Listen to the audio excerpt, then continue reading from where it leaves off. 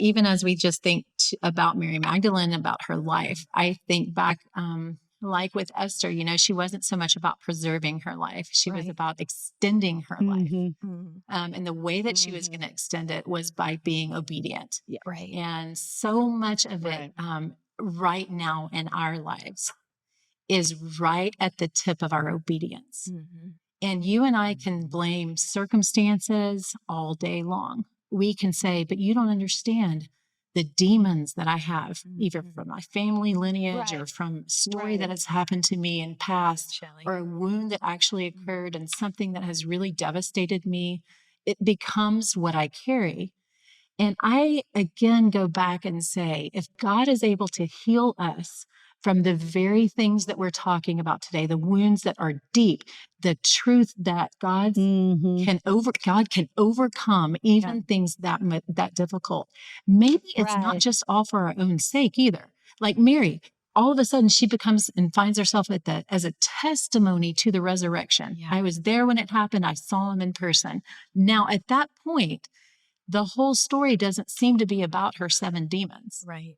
It just doesn't seem to be that way. That's something that occurred to her, that God changed in her, and that set her on a new course. But just like Christine said, the beauty of it is that she stayed the course, and she finds herself now testifying to the power of God for centuries and years and decades to come, because that's the thing that transformed her. So not just the healing came to her, but your healing is also going to come through you, and it's going to come to all the nations because of his great power. Yeah. So good. And we've got to remember that there wasn't this continuum where she was scared, then she got courageous, then everything was hunky-dory. The disciples did not believe Mary. When she came back and said, I saw him, they didn't believe her. And so I think we tend to think in this linear process, like once I overcome all of my fear, then I'll get courageous, then and we think of it almost like steps along the way. But I think biblical courage, oftentimes it's doing it scared and not necessarily being celebrated after you do it. Missy, my 11-year-old, just started horseback riding lessons. And she was at the top of one of those little steps, to get on the horse for the first time on the saddle. And she looked at me and she said, Mom, I'm scared. And I said, I know, baby. And there was about 10 seconds, and I thought it's her choice as to whether she swings that leg over the saddle or not. It's her choice. I'm not going to force her to do it. And I just smiled. And she looked at me, and I thought, she's right at that kind of precipice.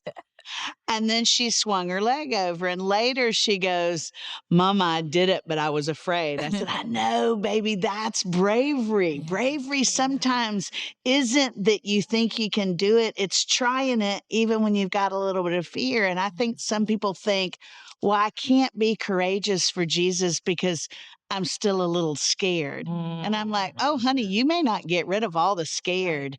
Do the next right thing, and God will equip you. Right. I think, and that's so powerful. Going back to what Shelley said, it's not about what you feel, but it's about being obedient. That's right. It's being obedient to the word of God.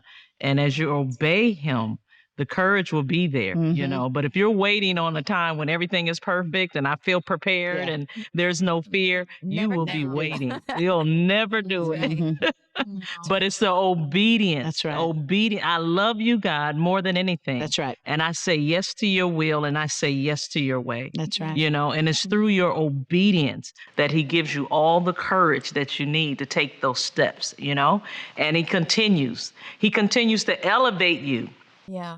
Yeah, the next step comes into view after you take the first step. Yeah. Right? Yeah. So I don't know about you, Cece, but it does. For me, it becomes easier, not because you don't feel the fear, but because you understand the God that you serve. He's faithful. Right. When I obeyed him the Bless last you, time, he Jesus. showed up That's for me, right. Shelley. That's it. When I obeyed him that time, he showed up. Yes, he And that's when you begin to rely, and you can have that faith, because your faith is not in your circumstance, it's not in your ability, it's not in your capability, it's not in your fame, it's not in your gift, but it's in his word. It's in his word, because he's a promise keeper. And so because he's a promise keeper, I can step out because he's going to show up, So every time it's the relationship.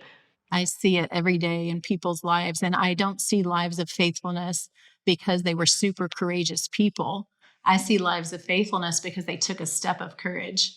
And turns out one step leads to the next step. And trust is built, like you're saying, CC, with every step we take. Yeah. And pretty soon That's you'll right. look up and have a life of faithfulness. You'll look up and say, That's right. how did this occur? Yeah. I didn't even know that I was acting courageously. I was just trying to show up today with some kind of obedience in my heart. And that leads to Right. just beautiful things. Right.